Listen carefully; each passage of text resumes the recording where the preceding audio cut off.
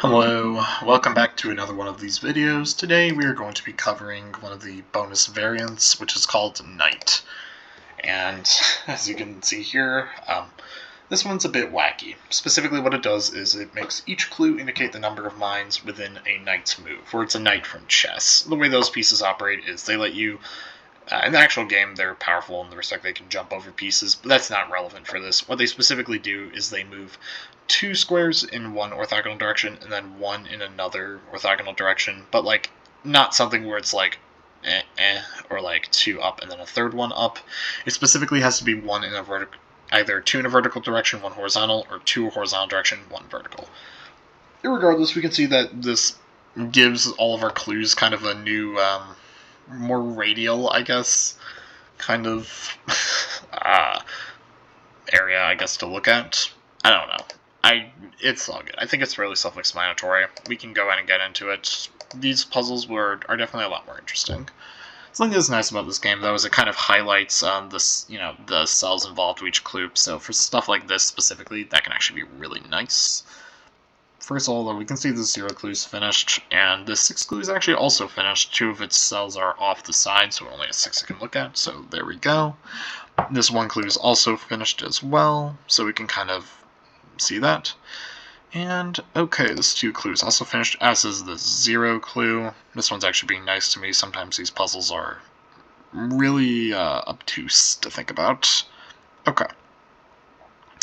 So now we kind of may have run into a part we're going to have to use some more knight-specific logic. What I'm first of all seeing here is that from this 3, there must be 1 mine in this group here, and there's probably got to be a better way to kind of denote this, but whatever, for now we will roll with this, right? Yeah, so we know there's 1 mine there. And I'm kind of noticing there's actually something similar with this one, where there's 1 mine in like this kind of region, but I don't know if that gives us a lot. Maybe something that might actually be useful is we're going to try out a new notation thing. We're just going to mark each of our cells with this kind of thing, and then, we're just going to mark all of the possible squares where it could have mine, and see if there's like maybe some overlap or something, right? 1, 2, 3. I don't know if this is actually going to be helpful. Maybe it will. Maybe it won't. That's part of the excitement about trying new things. So, okay. We're close to being done. I kind of don't like this spread of colors. Gotta scroll a bit further away to get back to things that I think appear in a way that's, like, visually distinctive enough to think about them. I also see this 3, that there's a mine there. Right. Yeah. Mine here, here, here, and that's it for the 3. Okay. And maybe something I thought might be useful is just to consider areas where a lot of clues kind of overlap, and to consider, like, for instance, this cell here, whether it being not there or there is going to, like, make relevant changes to what we're looking at. So here, we'll consider the case where this cell is not a mine. Then we know this 3 is finished with that, and that gives us this 4. 3 of its 4, so we know its last one must be there. I don't know if that coincides with another number, though. No, not necessarily. Okay. We also know is from at least this 3, there must be 1 cell in either of these 2 squares, just from the fact there's only 1 remaining, and okay. That may be all that we're getting from that assumption. Maybe it's better instead to think about if this one is a mine, I guess, because that will rule out a lot of cells for like this 1, for instance. So there we go, that's all the 1's gone. We also now know that this 3 is finished, so we get neither of these as well. And, okay. Yeah, okay, and now we can see here that this 4 does not actually have enough cells left. It only has 1 down there, and that puts it up to 3. So we thus know that this one is not a mine, and this one up here is a mine. So, there we go. And now, I guess, given that this 4 was kind of running out of cells pretty quickly, it might be worthwhile to look into it, because it probably is pretty restricted. Well, maybe. One thing I guess we can now consider, I'm kind of noticing that this is kind of an area of overlap between the 1 clue and the 4 clue we were just looking at, so we'll assume there's a mine up there. That also tells us that for this 4 clue, its last mine must be specifically down here, right? Yeah. Now we'll also finish up this 4 clue, which gives us 2 non-mines down there, and now... okay. I'm not sure this is going to really lead to anything, though, unfortunately. Actually, yes, it does. It breaks this 3 clue right here. So that tells us that the mine between the 1 and the 4 must be like a shared mine, so we can mark both of these. That 0 is finished, this 2 is also finished, as is this 1, and now that one as well. So there we go. And, okay, this 2 is also finished, that finishes up this one as well, and now we can see this 4 is finished, as is this 3, and we only have 4 cells left, 4 mines left, so we can go and finish up the puzzle. There we go. Alright, it's not too bad. We'll go ahead and go into a harder one. So you can see I've not given them as much attention as some of the other variants. You can kind of, honestly, it's pretty easy to see which of the bonus ones I like and dislike, except for Eyesight Prime I actually like a lot. I don't actually know what to really call that one, but I digress. We'll move on to a harder night puzzle. This 0's finished. And, okay, looks like we're going to have to start looking for some patterns real quick between them. One method I kind of do is try and skim just between different clues. So I notice anything? Like, one thing I'm noticing is that this 2 and 4 share both of these like cells up here and down there, which is interesting. Otherwise, I'm not really completely sure yet, like, what there is to see, which is a little bit unfortunate. Alright, maybe what I'll do is I'll go through the strategy that I've used for the last one to kind of try and find a cell to, not brute force, but kind of close. Okay. At the very least, this way is nice of kind of getting a visualization of a lot of cells, or a lot of possible like mines, I guess, at once, which can help with, if you see one I feel like that has a lot of stuff hinging on it, it can be good to kind of look into it. You can also actually see that this 5 only has, well, it has 7, never mind, I thought it had 1 less. Okay. So, one thing I am kind of noticing is that a lot of them are currently sharing this one down here. I don't anticipate either of these 2 will share it, but maybe that will be worthwhile to look at. Honestly, for this one, we know there's these 3 as possibilities. Okay. So, now then, I guess a good place to start. I'm not completely sure. Maybe it'll be a good idea to first see what happens if, here, one thing that we can consider, yeah, I'm going to get rid of this, is if both of these are mines. That's basically just saying that the 2 and the 4 do not overlap at all. What happens, right? We get all of these in order to finish up the 4. And actually, we now know that that's impossible because this 1 is overloaded. It has 2 mines around it, so we know that the 4 and the 2 must share at least 1. I guess we can now maybe see what happens if they share both of their mines, if that causes any problems. If we're able to determine that they only share 1 specifically, that might be helpful, because then that gives us 2 possible cases we can kind of work through. Okay. So, first of all, we can see from this... Not a lot, unfortunately. Okay, maybe it'll be more useful to think about it in terms of something else I've kind of noticed is that this 5 and 2 share a group of 2 cells, so we can actually consider some stuff with that, right? Okay, so here, I guess first of all, we'll consider what happens if there's 1 up there. We then know that... I don't know if we really know a lot from this, honestly. Maybe not. Yeah, I'm not really seeing a ton. Like, I guess if we did something more like,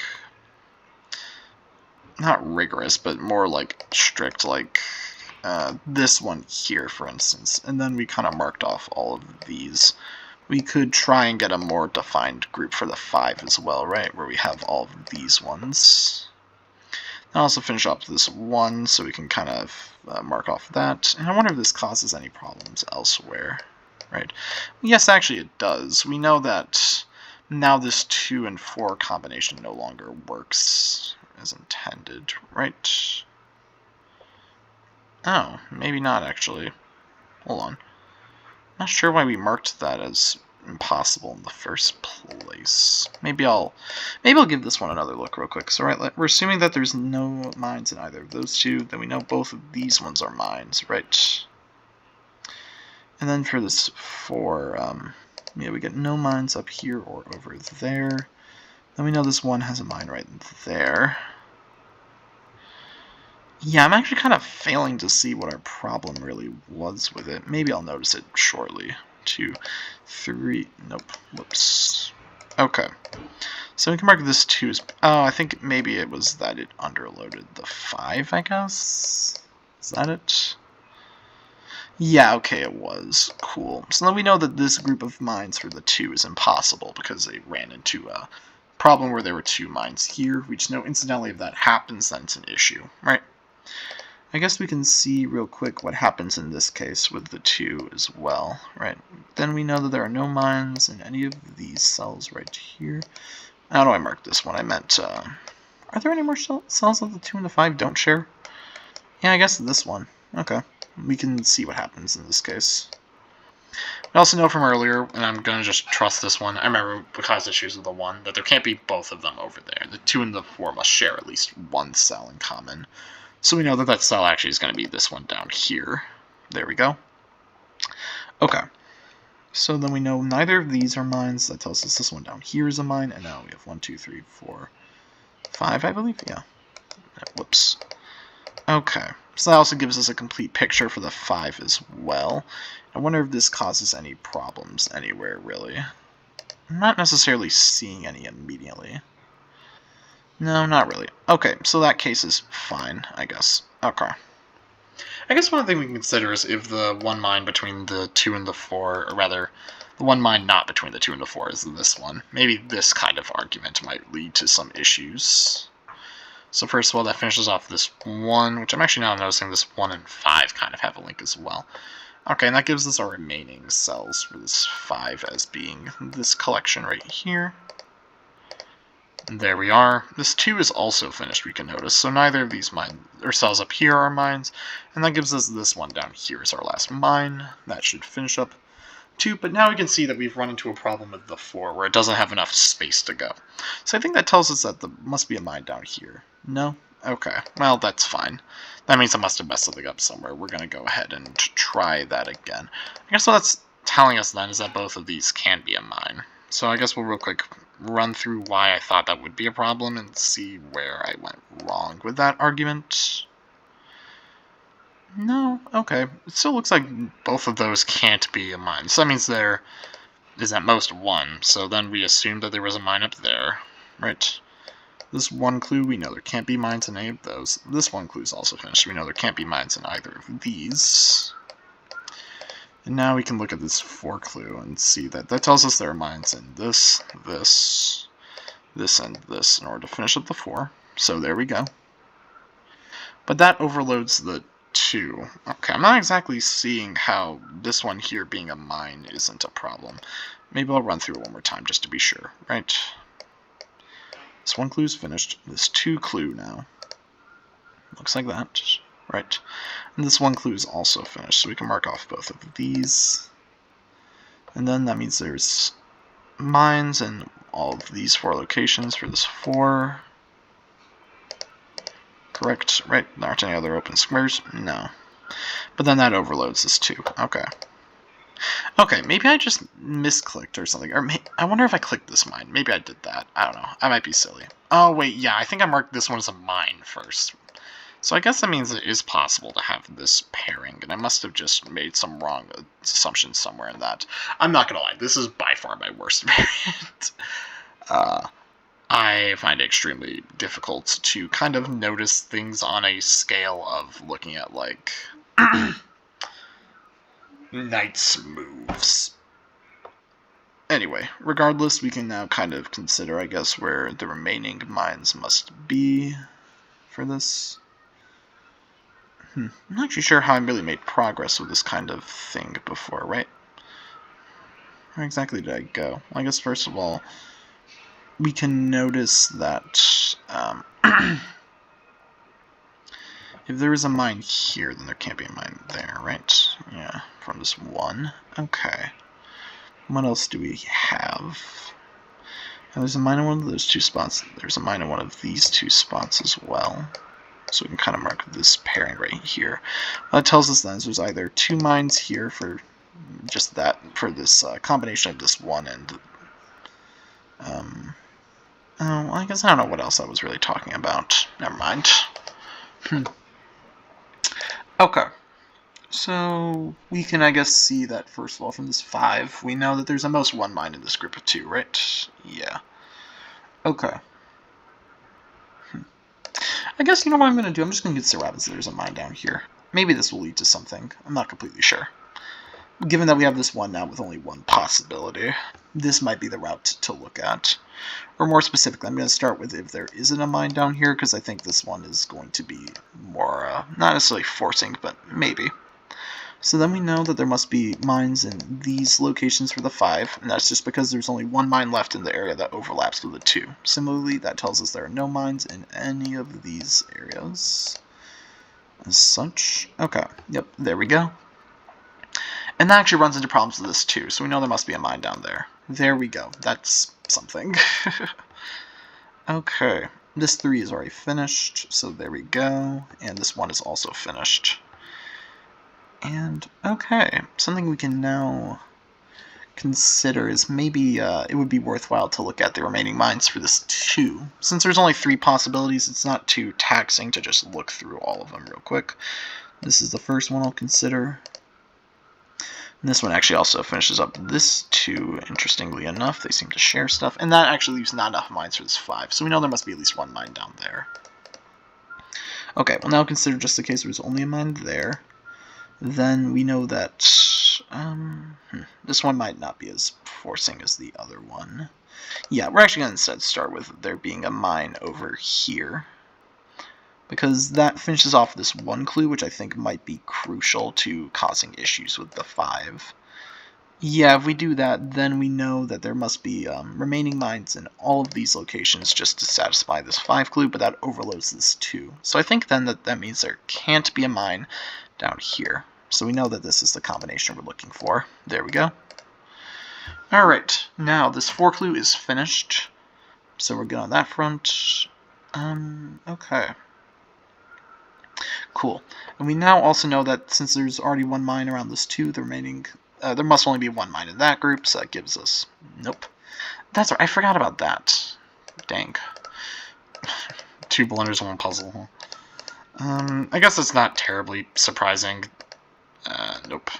What was the string of deductions I used? I knew there was 1 there. I know there had to be a mine down there. There we go. I think from this position, yeah, I was able to finish up that, determine this one is not a mine. There we go.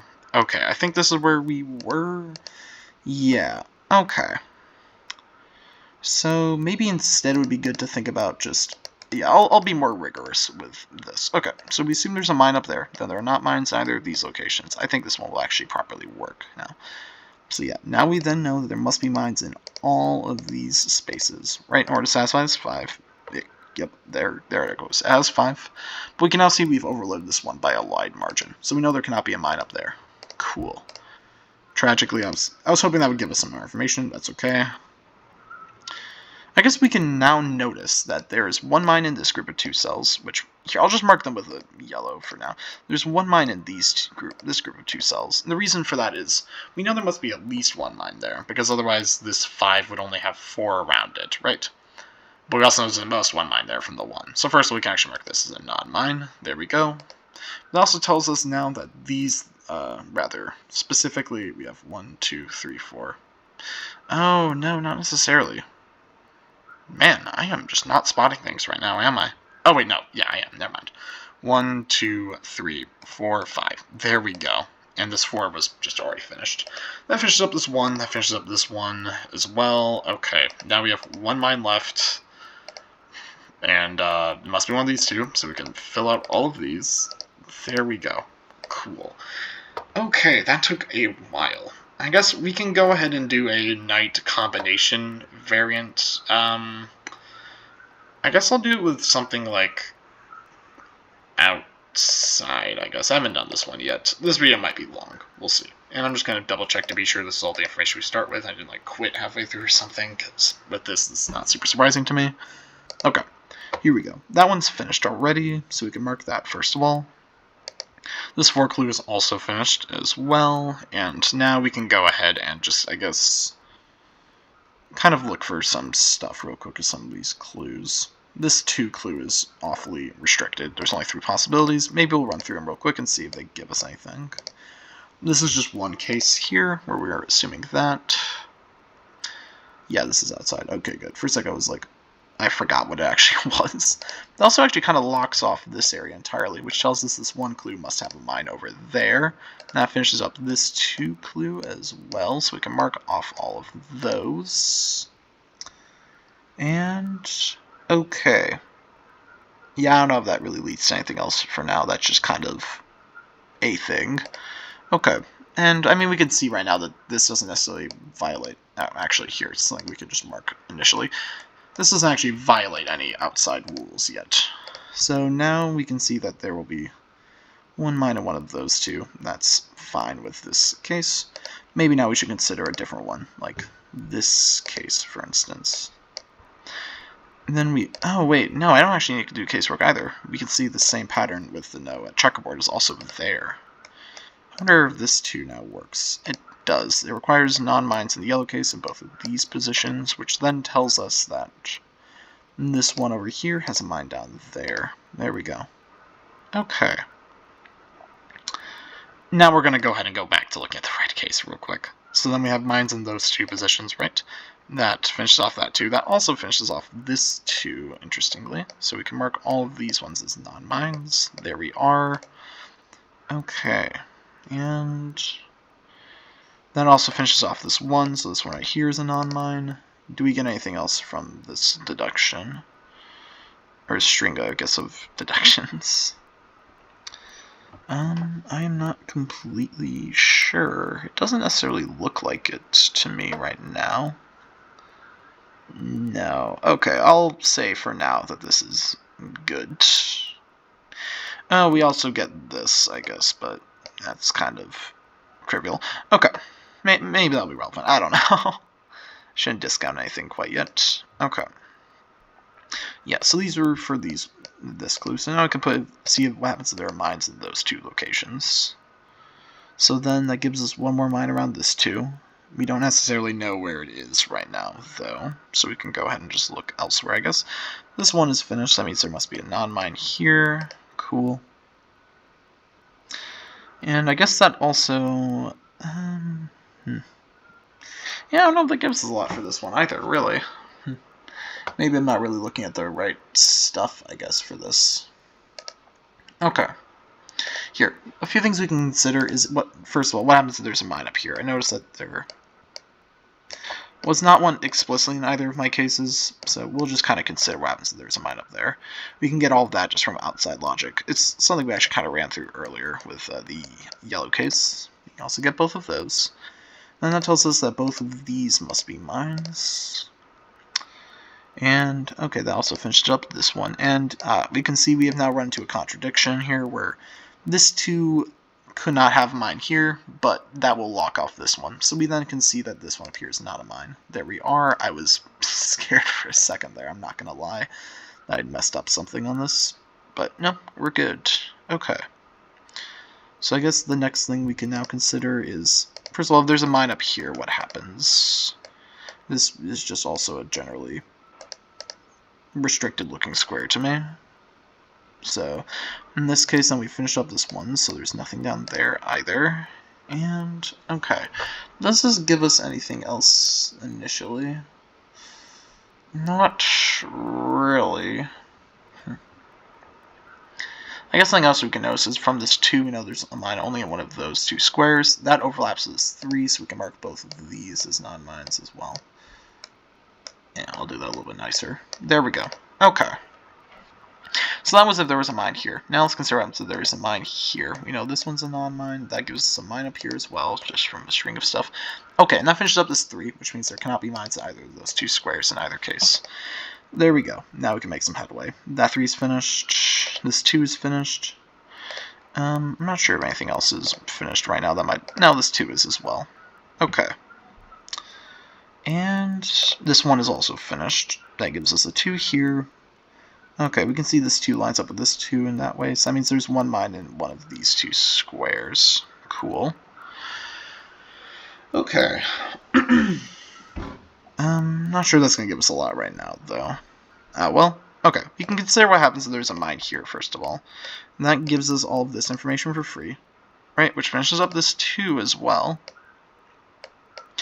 The reason why I noted this one up here, some diagonal, and then the 1 clue being finished, that also finishes up this right there, and okay. Cool. That one's just finished because the 3 clue's done, and this 2 clue's also done. And we can see here that this actually does run into a problem, where we have a non-mine down here that's kind of trapped. So that was from assuming this one was a mine, so we could say it is not a mine. There we go. Okay. Does this give us any more? Not necessarily. Okay. Well, actually, here, we can kind of see there's some, like, tightness in this general region. So I guess we'll just go ahead and kind of look over a case real quick. I think this one, either this one or the inverse, I think we'll run into a contradiction. This one actually looks like it might be fine. Yeah, okay. So this case looks okay, but should be noted that this also leads to there being a mine down here, which tells us there's a mine here as well, which finishes up this 2, of course. So there we go. And that actually also tells us where the last mine for this 2 must be. I guess we already kind of knew that anyway. Okay, so we can now mark mines in both of these locations for our other case. And we can go ahead and see what this leads us to. It puts a mine up here as well. Okay. And, no, maybe it doesn't lead to a contradiction, actually. It's not necessarily looking like it anymore. It's unfortunate. I guess either way you can notice there's always a mine down there, at least between our 2 cases, so that's something. Maybe it's worthwhile to look into the remaining mines in each of these situations. Maybe. It's hard to tell from here. Part of it's probably because my notation isn't great for counting that kind of thing. Okay. Here, we'll go and get rid of this. So we can see we have 5 mines left, right? We know there's 1 mine here, 1 mine here from the 3. Okay. Well, we also get 1 mine in this region, right? So that tells us that there are 2 mines left in this group of 3 cells here. Cool. Okay, I'm not sure if that gives us a lot of information on its own. So that's unfortunate. I guess what I'll do is I'll continue looking at some other cases. Maybe I'll start considering what happens if we put mines in locations like here, for instance. Because if we put a mine there, then this blocks off a large chunk of cells, right? Which we can maybe then use for some deductions. Something similar. Now than this, there's not a mine over there. And now we can also see that this one has to have a mine right there. That finishes off this 2 clue, and this 3 clue is also finished. Okay, and that gives us our last mine over here. Okay, maybe not. Something else we can consider is if there's a non-mine here, what happens? Because we then know it needs to leave. This is kind of similar to our previous case, but it's like an analog, I guess. We can then get all of this information right here. Sorry, you guys can hear something in the background, by the way. My roommates, I think, are listening to something, or watching something, rather. Okay, we can actually see that this is run into a problem. Actually, hold on. Why did I mark this one up here as a non-mine? I'm not actually completely sure. I don't think there's any reason why that one should be a non-mine. Unless I came up with something, but it seems unlikely. Yeah, no, if anything, actually, that one should be a mine. So that's good to notice. This one is the one that should be a non-mine. There we go. Just from this one up here being a mine from this 2, and we can now see that we have not enough cells left. So we know there must be a mine there, which finishes off this 2. Cool. Maybe mark that earlier was just my way of subconsciously knowing. I don't know. Seems unlikely. Okay. I think now, given that we know that that one's a mine, maybe we have enough room to be more, I guess, knowledgeable with our case. I don't know what I'm saying. Okay, so that tells us there is not a mine here, which tells us there is a mine here from this 3. Not a mine there. Okay. And so now from this, we have that there is a mine down here as well, which would make sense, right? Yep. Okay, so that's one case. This leaves us with 3 mines left. Now let's consider or rather 1 mine left. Now let's consider the other case right here, which gives us a mine up here for this 2 as well. So then we can see here, we have a non-mine here. Okay, here we go. This is the kind of contradiction I was looking for. But then we have 2 mines left, right? We need to put them into the 2 open squares, and we have cut off this cell. So we know there's a mine down there, and we can kind of, yeah, we can just click through some clues. We are finished with the puzzle now. Cool. No mines left, and we can fill in the empty squares. There we go. Okay, this video was definitely a longer one. I kind of anticipated that. That's okay. Next time we will be covering my favorite variant, Longest Wall. Be excited. I am. Alright, either way, I will see you guys next time. Peace.